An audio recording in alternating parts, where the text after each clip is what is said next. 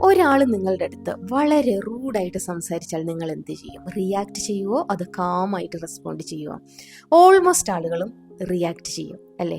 ഞാനും ഒരു കാലത്ത് നന്നായിട്ട് ദേഷ്യം വന്നാൽ റിയാക്ട് ചെയ്യുന്ന ആളായിരുന്നു. പിന്നീട് റിഗ്രറ്റ് ചെയ്യുകയും ചെയ്യും. As A human being emotions naturally ഉണ്ടാകുന്നതാണ്.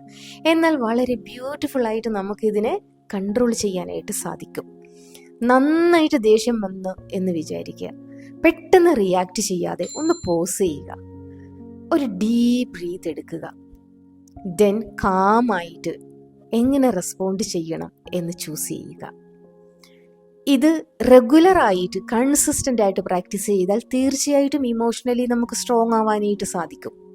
ഒരിക്കലും ഇമോഷൻസിനെ നമ്മളെ കൺട്രോൾ ചെയ്യാൻ അനുവദിക്കരുത്.